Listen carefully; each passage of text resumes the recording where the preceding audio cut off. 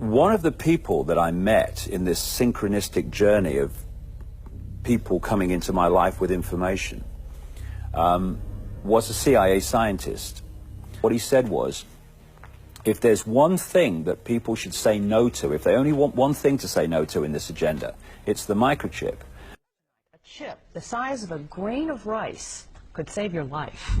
I've just been chipped myself. It's not a painless process, but it doesn't last too long, not too difficult, minor surgical procedure.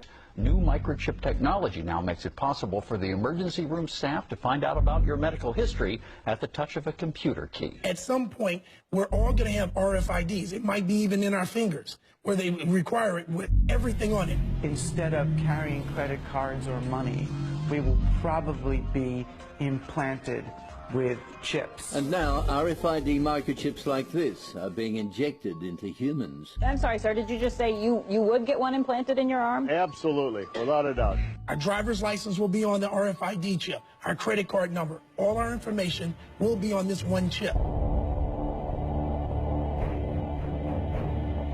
It felt pretty scary, but at the same time it felt very modern, very 2015. One bank, one army, one center of power. And if we have learned anything from history, it is that power corrupts, and absolute power corrupts absolutely. This is Aaron Russo, a filmmaker and former politician.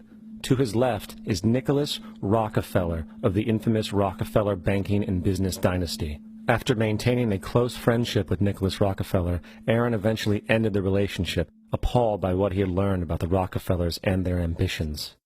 I got a call one day from an attorney woman I knew, and she said, would you like to meet one of the Rockefellers?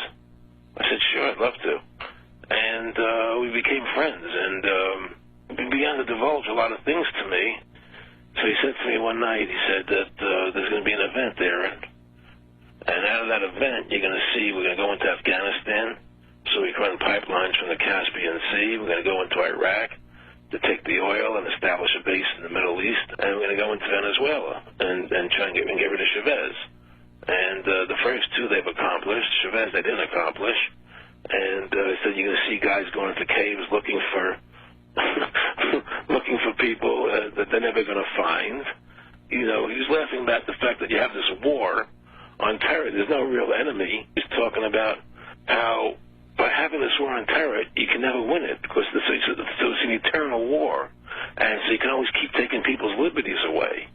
And I said, how are you going to convince people that this war is real? He said, but the media. The media can convince everybody it's real. I mean, you know, it's just that you keep talking about things. You keep saying it over and over and over again, and eventually people believe it. You know, you created the Federal Reserve in 1913 through lies. You create 9/11, which is another lie. Through 9/11, you're fighting a war on terror, and now all of a sudden you go into Iraq, which was another lie, and now they're going to do Iran. You know, and it's all one thing leading to another, leading to another, leading to another. Now, I would say, what are you doing this for? What's the point of this thing? You have all the money in the world you ever want. You have all the power. I said, you know, you're hurting people. It's not a good thing. And he would say, what do you care about the people for? Take care of yourself and you take care of your family. And then I said to him, what are the ultimate goals here? He said, the ultimate goal is to get everybody in this world chipped with the RFID chip and have all money be on those chips and everything on those chips.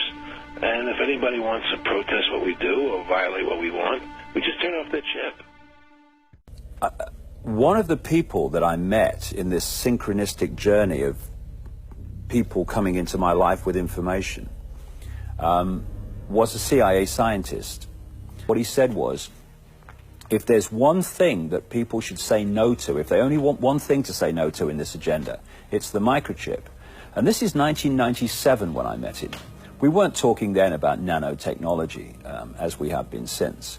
And he told me then that outside the public arena, in the underground secret bases and projects, the microchips were now so small they could be inserted into people through hypodermic needles in vaccination programs.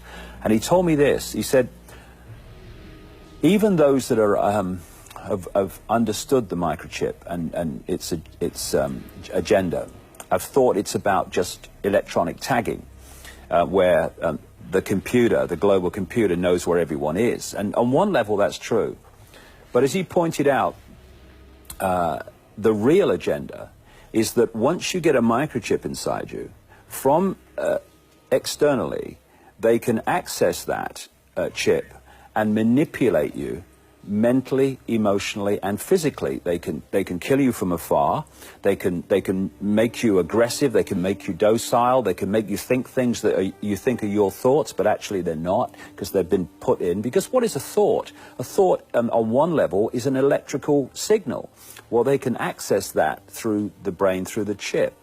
And this is the level of the microchip that we're talking about. And of course, what they're trying to do is sell it as, it will microchip your children. You'll always know where they are. We have to microchip people to overcome terrorism and all this stuff. The real reason is human control.